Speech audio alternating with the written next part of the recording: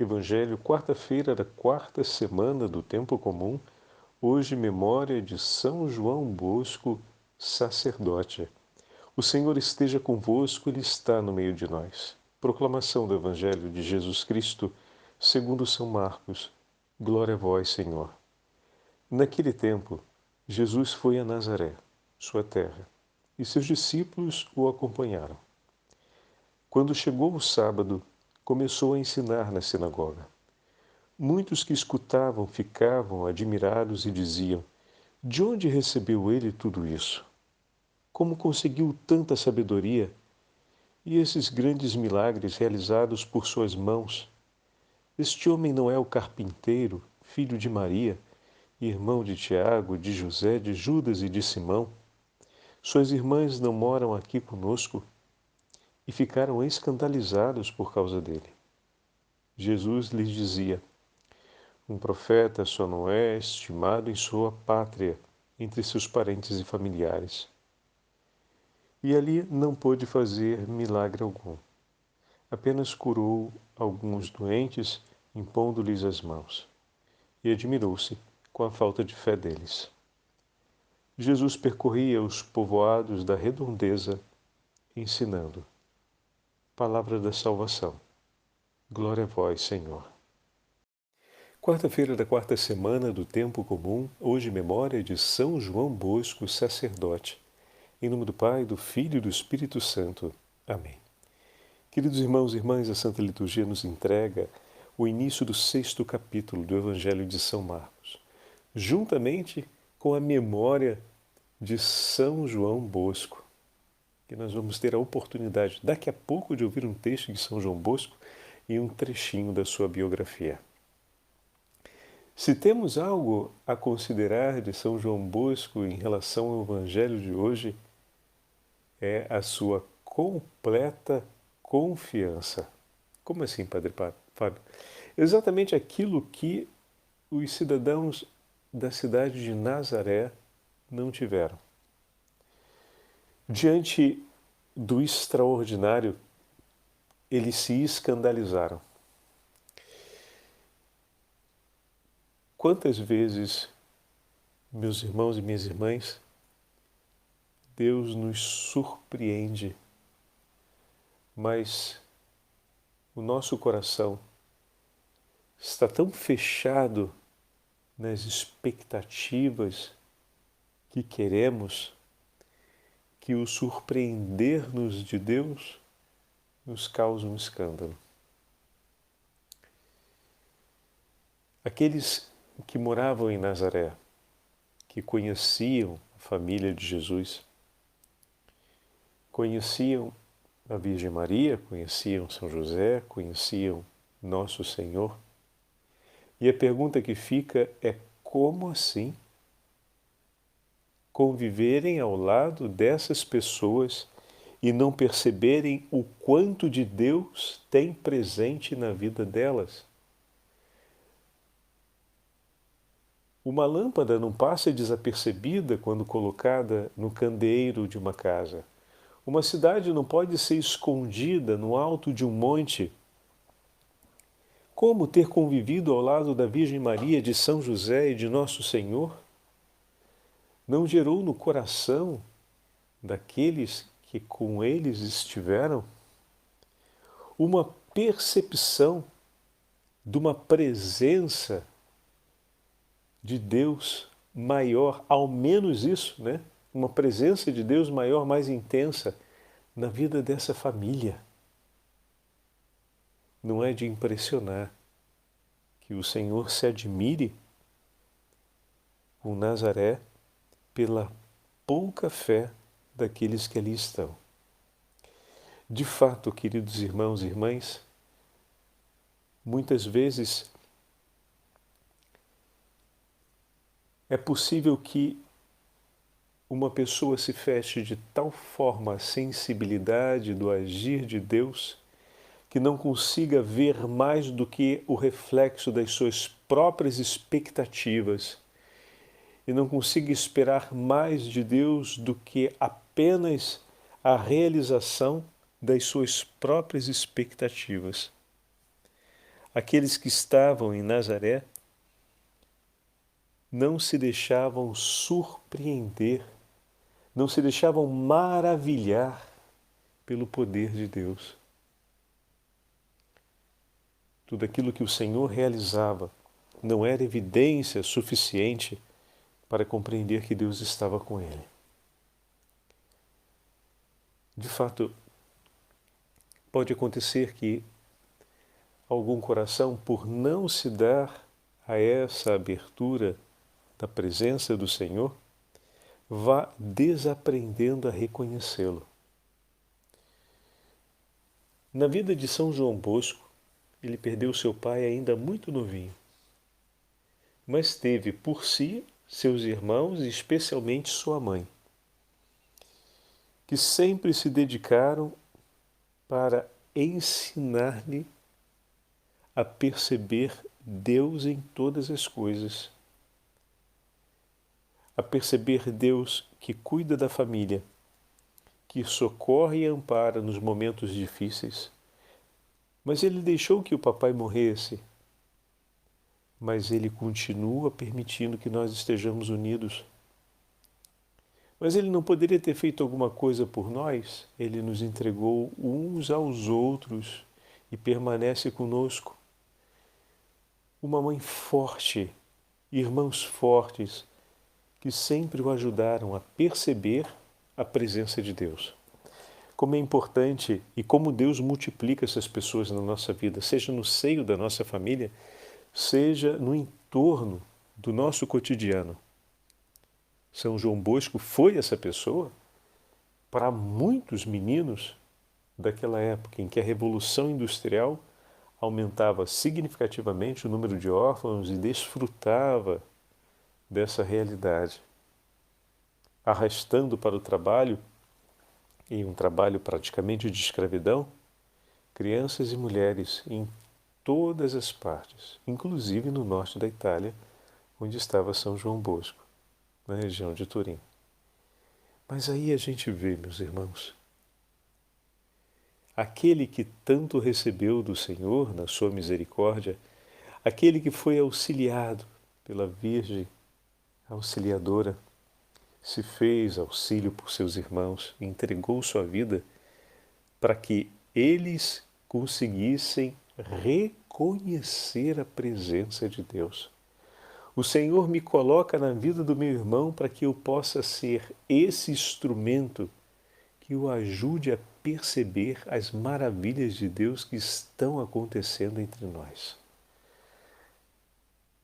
Desse modo, no seu inteiro apostolado, São João Bosco empenhou sua vida como instrumento nas mãos do Senhor para ajudar os homens e as mulheres do seu tempo a compreenderem o valor de ter Deus presente em suas vidas. Em contrapartida, aqueles que em Nazaré estavam na época do Senhor não conseguiam ver mais do que as próprias ambições e anseios. Quando percebem o que o Senhor faz, não se admiram, não dão glórias a Deus. Vocês repararam esse particular? Muitas vezes, Marcos vai escrever que a multidão se maravilhava com os gestos do Senhor e glorificava a Deus. Entretanto, em Nazaré isso não acontece. Eles não se maravilham pelo que veem. Eles sentem perplexidade. Como pode, em outras palavras, não poderíamos esperar mais do que ser simplesmente um homem? Como pode esse ter algo a mais da parte de Deus? Quantas vezes a gente já viu essa cena se repetindo? Pessoas que não esperam mais de uma outra pessoa, porque dizem, bom, aquele dali, o que a gente pode esperar mais dele? Aquele lá, o que a gente pode esperar mais dessa pessoa? Olha como ela é, olha como ela não é. E em meio a julgamentos temerários estabelecem juízos definitivos sobre os outros. Entretanto, todo homem que se abre ao poder de Deus, o Senhor pode fazer nova todas as coisas e restaurar completamente a sua vida. Vimos nesses dias que pelo poder da fé é possível que um pai tenha de novo a alegria de ter seu filho em seus braços. Pelo dom da fé, é possível que um longo período de doença se transforme agora no testemunho de uma inteira vida abençoada. Pelo poder da fé, uma situação que antes era de grande falimento pode se tornar agora, pode nos levar então de uma situação de grande falimento a uma situação de grande júbilo e glória a Deus. Pois bem, quando nós somos conduzidos pelo Senhor e nos deixamos conduzir pelo Senhor, também os nossos olhos se abrem para reconhecer o que o Senhor tem feito no meio de nós. Quando os nossos corações se fecham para o Senhor, ou deixam de se interessar pelo Senhor, acontece que também os olhos vão parando de perceber, vão deixando de perceber a ação de Deus. E é como se uma grande palidez pairasse sobre todas as coisas. Essa palidez que hoje se vê em Nazaré. Como, tendo convivido ao lado da Sagrada Família, não perceberam o quanto de Deus estava ali? Que experiência pálida! Porque é indiscutível que a companhia de Jesus e que a companhia da Virgem Maria trouxesse grande paz e bênção. Entretanto, os cidadãos de Nazaré não percebem isso. Que grande palidez!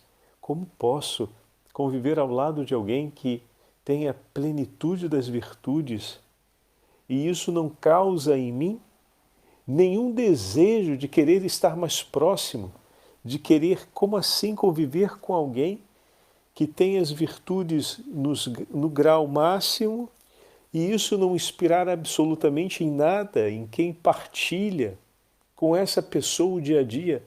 Já pensou em partilhar o dia a dia com uma pessoa que é cheia de Deus e isso não te inspirar absolutamente nada? Não te dizer absolutamente nada? Nossa,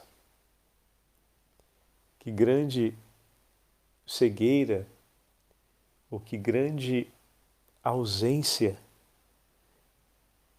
de uma abertura autêntica para Deus acontece, não é mesmo?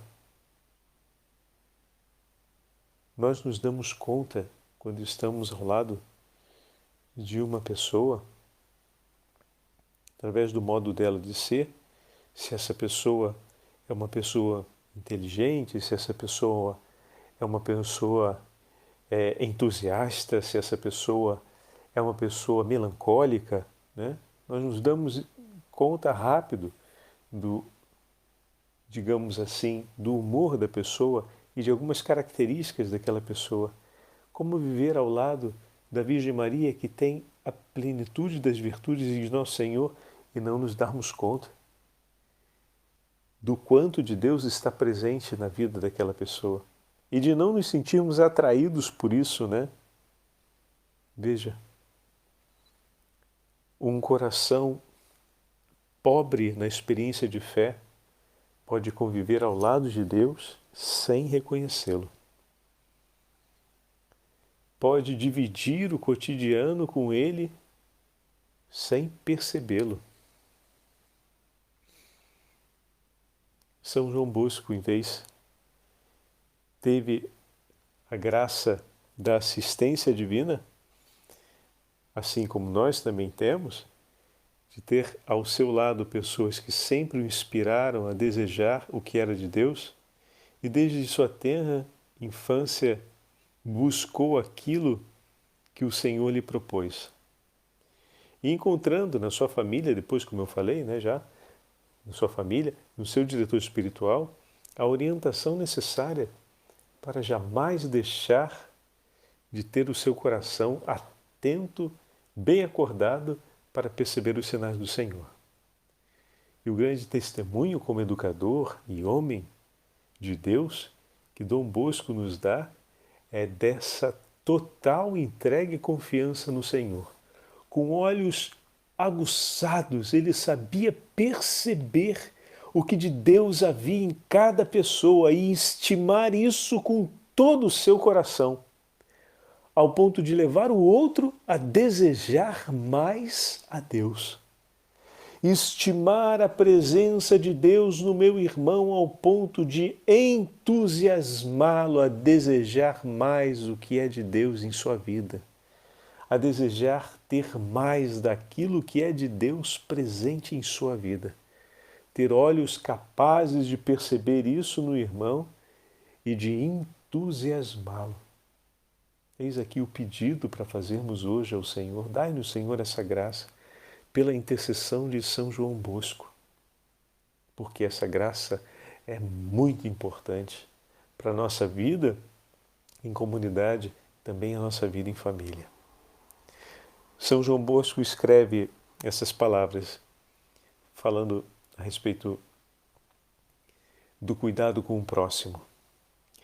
Antes de mais nada, se queremos ser amigos do verdadeiro bem de nossos alunos, como essas palavras de São João Bosco são importantes para os nossos educadores, mas também para cada um daqueles que exercem a função de educadores em favor dos filhos, dos catequizandos, enfim, nós temos inúmeros momentos da nossa vida em que cumprimos uma participação direta no processo educacional como educadores ou colaboradores, cooperadores na educação. Então ele escreve essas palavras. Antes de mais nada, se queremos ser amigos do verdadeiro bem de nossos alunos e levá-los ao cumprimento de seus deveres, é indispensável jamais vos esquecerdes de que representais os pais desta querida juventude. Ela foi sempre o terno objeto de meus trabalhos, dos meus estudos e do meu ministério sacerdotal, não apenas meu, mas da cara congregação salesiana. Quantas vezes, meus filhinhos, no decurso de toda a minha vida, tive de me convencer desta grande verdade. É mais fácil encolerizar-se do que ter paciência. É mais fácil ameaçar uma criança do que persuadi-la a deixar o erro.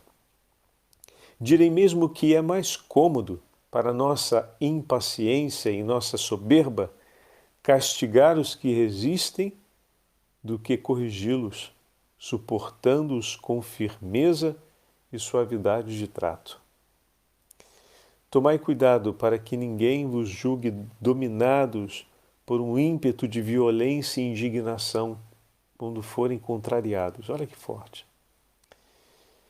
É muito difícil, quando se castiga, conservar aquela calma tão necessária para afastar qualquer dúvida de que agimos para demonstrar a nossa autoridade ou descarregar o nosso próprio mau humor.